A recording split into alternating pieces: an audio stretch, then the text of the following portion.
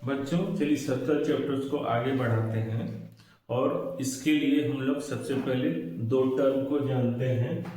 जो टर्म है आपके पास स्टेटमेंट्स और क्या है ना थ्योरम। तो स्टेटमेंट्स क्या होता है? एक सेंटेंस विच कैन बी जज टू बी ट्रू और false is called a statement. कोई भी सेंटेंस जिसको हम सही या गलत बता सकते हैं, कोई भी सेंटेंस जिसको हम सही या गलत बता सकते हैं या जज कर सकते हैं, उस सेंटेंस को हम लोग बोलते हैं स्टेटमेंट। जैसे सूरज पूरब से उगता है और पश्चिम में डूबता है, ये स्टेटमेंट क्या है? सही है, तो ये क्या कहलाएगा? स्टेटमेंट। अब दूसरा है क्या? थ्योरम। थ्योरम है क्या? ए statement that requires a proof is called A theorem. A statement that requires a proof is called a theorem. कोई भी स्टेटमेंट जिसको प्रूव करने का जरूरत होता है या ऐसा स्टेटमेंट जिसको हम प्रूव कर सकते हैं या प्रूव करते हैं, वो क्या कहलाता है? थ्योरम। जैसे कि एग्जाम्पल लिखे हैं कि किसी ट्रायंगल्स के जितने भी एंगल्स है, कितने एंगल्स होते हैं? तीनों एंगल्स का सम क्या होता है? 180 डिग्री। इसे हम प्रूव कर सकते हैं या इसे प्रूव करने का जरूरत होता है, तो ये क्या कहलाएगा? थ्योरम। चलिए बच्चों अगला टर्म जानते हैं, कोरोलरी। कोरोलरी मींस क्या है? ए statement which truth can easily B deduced from A theorem is called its corollary. किसी थ्योरम के मदद से अगर किसी स्टेटमेंट को हम सही साबित कर सकते हैं तो वो स्टेटमेंट क्या कहलाता है? आपका कोरोलरी। कोरोलरी का मतलब समझिए, एक ऐसा स्टेटमेंट जिसको हम सही साबित कर सकते हैं किसी थ्योरम की मदद से, तो वो क्या कहलाता है? Statement corollary. तो चलिए स्टूडेंट इसके आगे और बढ़ते हैं हम लोग थ्योरम को थ्योरम की और बढ़ते हैं स्टूडेंट्स, और इसके लिए एनसीईआरटी का सबसे पहला थ्योरम 9.1 पढ़ते हैं। थ्योरम 9.1 पढ़ने से पहले थ्योरम्स के पार्ट्स को जानते हैं बच्चों। थ्योरम के पार्ट्स क्या क्या होते हैं ये समझिए। किसी भी थ्योरम का जो पार्ट्स होता है, पहला होता है क्या? गिवन। Given with figure. किसी भी थ्योरम में जो स्टेटमेंट होता है, उस स्टेटमेंट को फिगर के साथ लिखना ही थ्योरम का पहला पार्ट होता है। हर थ्योरम में कुछ न कुछ पार्ट्स होते हैं और कुछ जरूरी पार्ट्स जो होते हैं उसमें से आपको बताया जा रहा है। पहला क्या है? Given with figure. जो भी स्टेटमेंट दिया होता है उसको फिगर के साथ हम लोग एक्सप्लेन करते हैं पहले पार्ट में। सेकेंड पार्ट में है टू प्रूफ। टू प्रूफ, जिसको हम लोग प्रूव करना है। थ्योरम जिसको प्रूव करने के लिए बताता है उसको हम लोग सेकेंड पार्ट में लिखते हैं टू प्रूव करके। थर्ड पार्ट है क्या? Construction. Construction if any. Theorem को प्रूव करने के लिए अगर फिगर में कुछ अलग से कुछ काम करना पड़े, थ्योरम को प्रूव करने के लिए फिगर में अगर बच्चों कुछ अलग से कुछ आप और काम करते हैं, कोई अलग से कंस्ट्रक्शन करते हैं, तो वह इस पार्ट्स में आता है। जरूरी नहीं है कि हर थ्योरम में कंस्ट्रक्शन होता है। जिसमें करेंगे उसमें लिखेंगे और जिसमें नहीं होता है वो नहीं करते हैं।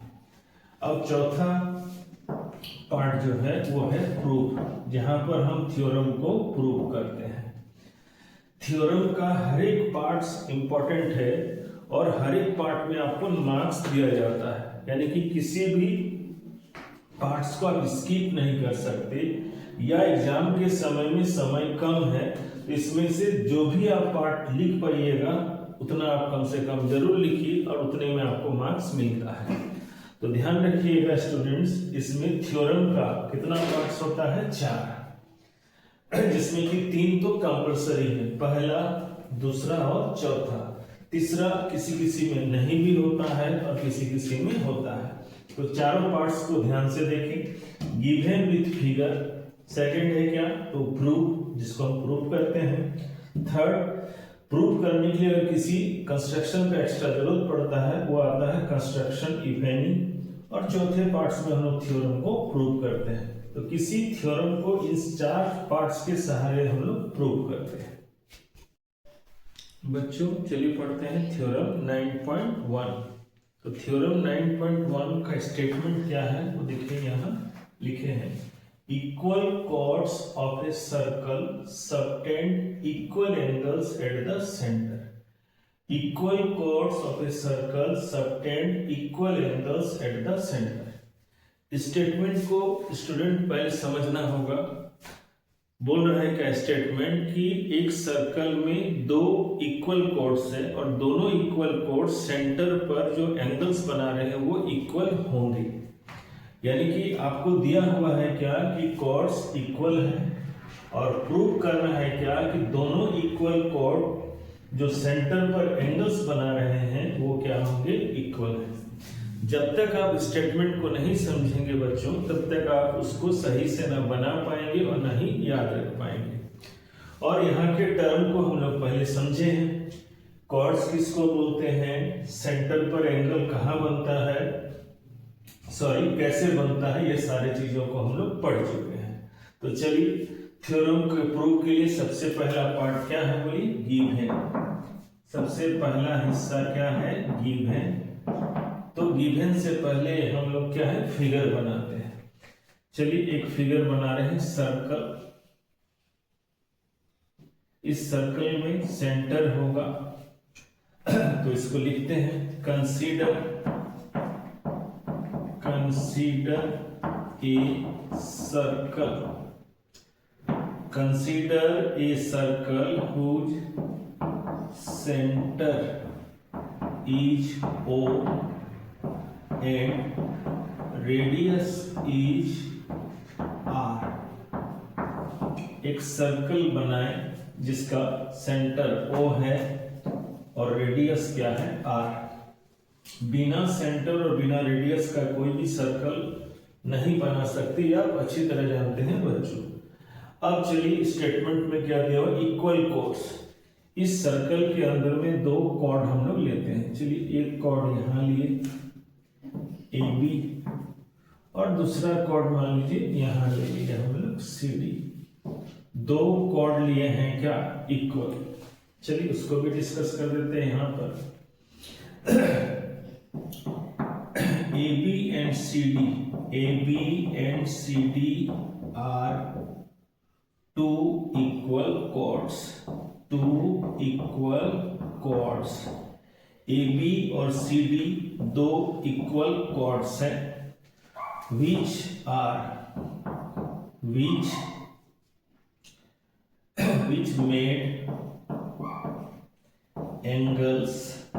made angles। चलिए इसको यहाँ पर बना देते हैं। AB कॉर्ड सेंटर पर एंगल बनाता है AOB और CD आपका बनाएगा COD। AB and CD are 2 equal chords which made angles AOB and COD at the center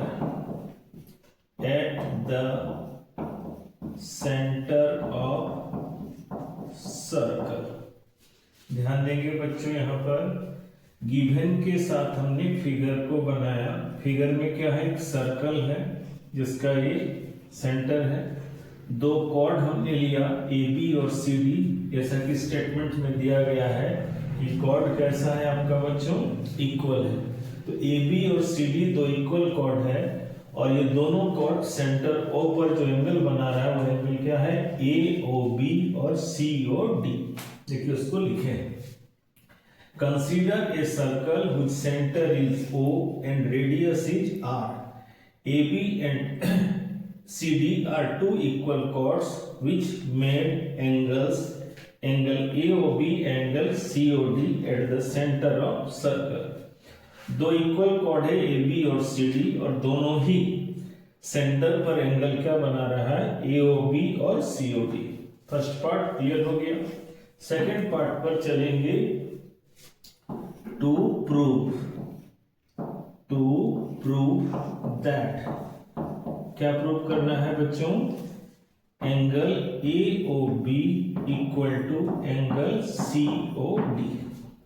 दो पार्ट्स देखिए क्लियर हो गया। इसमें प्रूव करने के लिए किसी कंस्ट्रक्शन का जरूरत हमको नहीं है, तो हम लोग थर्ड पार्ट का यूज नहीं करते हैं। इस थ्योरम का तीसरा पार्ट कंस्ट्रक्शन इसमें नहीं करना है, इसलिए थर्ड पार्ट नहीं लिखते हैं बच्चों। चौथे पार्ट की ओर चलते हैं, जो कि क्या है? प्रूफ है। प्रूफ। तो यहां अगर आप ध्यान से देख रहे हैं बच्चों, तो इसमें दो ट्रायंगल आपको दिख रहा है। दोनों ट्रायंगल को अगर हम कॉन्ग्रुएंस कर देंगे, दोनों ट्रायंगल को अगर हम कॉन्ग्रुएंस कर देते हैं बच्चों, तो कॉन्ग्रुएंस ट्रायंगल की मदद से हम ये दोनों एंगल को इक्वल कर सकते हैं। तो चलिए, आपको दिखाई दे रहा है दो ट्रायंगल कौन है। In a triangle AOB and triangle क्या है? COD। अब देखिए इसमें कौन कौन सा इंफॉर्मेशन आपके पास है। पहला, OA इक्वल टू क्या है? OD। ये क्या है? रेडियस है। एक सर्कल का सारा रेडियस, एक सर्कल का सारा रेडियस इक्वल होता है। तो इस ट्रायंगल का OA और इस ट्रायंगल का OD दोनों इक्वल है। और क्यों इक्वल है? रेडियस होने के चलते। थ्योरम में या ज्योमेट्री में आपको रीजन देना जरूरी है, जो कि साइड में हम लोग लिखते हैं। तो रेडियस इसका इक्वल होता है, किसी भी सर्कल का सारा रेडियस इक्वल होता है। ये आप अच्छी तरह से जानते हैं बच्चों, उसी का हमने यहाँ इस्तेमाल किया।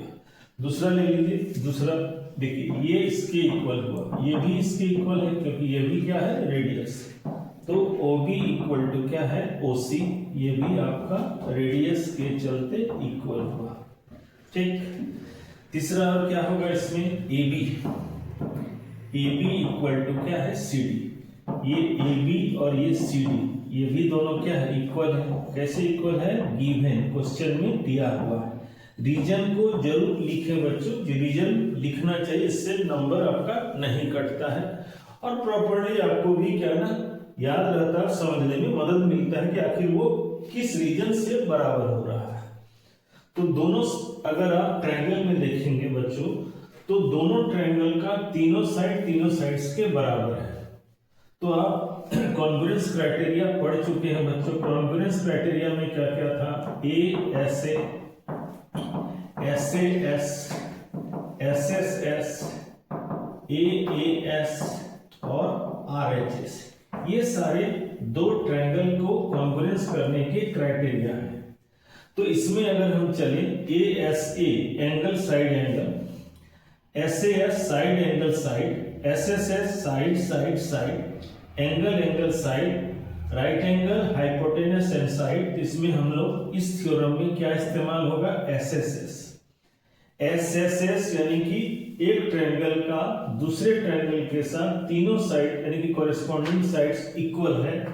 तो ट्रायंगल क्या लिखेंगे? सो ट्रायंगल AOB कॉन्ग्रुएंस है ट्रायंगल COD का, किससे? फ्रॉम SSS क्राइटेरिया से। तो जब किसी क्राइटेरिया से दो ट्रायंगल कॉन्ग्रुएंट हो जाता है बच्चों, तो आपको जो भी प्रूव करना होता है आप उसको इक्वल यानी कि प्रूव कर सकते हैं या इक्वल दिखा सकते हैं। तो हमको क्या प्रूव करना था? एंगल AOB इक्वल टू क्या है? Angle COD। यहां क्या लिखते हैं? From CPCT, from CPCT। CPCT का full form corresponding parts of congruence triangle. CPCT का फुल फॉर्म होता है बच्चों corresponding parts of congruence triangle. तो फ्रॉम CPCT क्या मिला? Angle AOB equal to angle COD। इस तरह से ये थ्योरम क्या हुआ? प्रूव्ड हुआ। Hence the theorem proved. Hence the theorem proved. इस तरह से ये थ्योरम प्रूव्ड होता है बच्चों। चलिए पढ़ते हैं theorem number 9.2।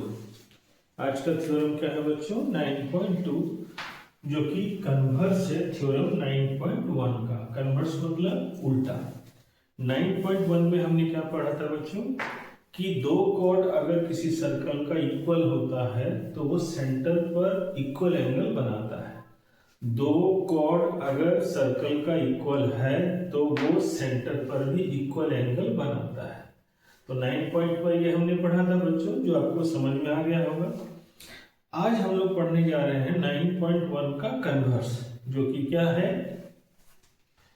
If the angle subtended by the chords of a circle at the centre.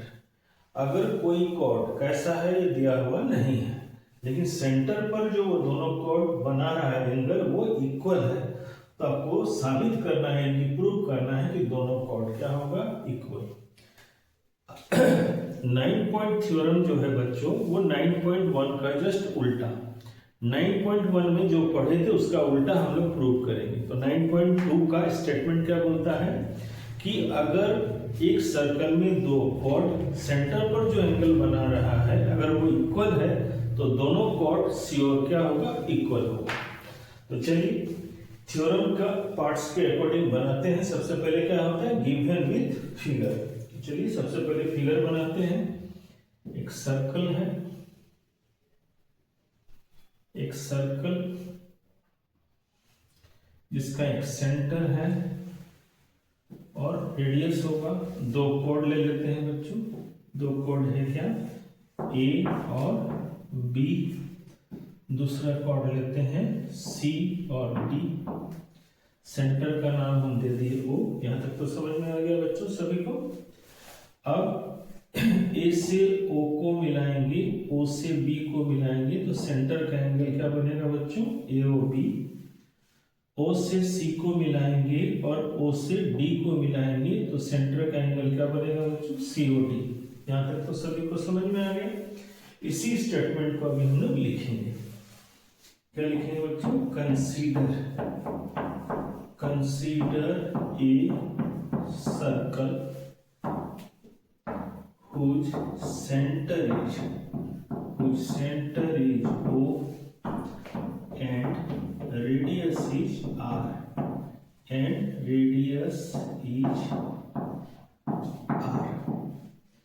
in which AB and CD are two chords. AB and CD are two chords such that angle AOB equal to angle COD।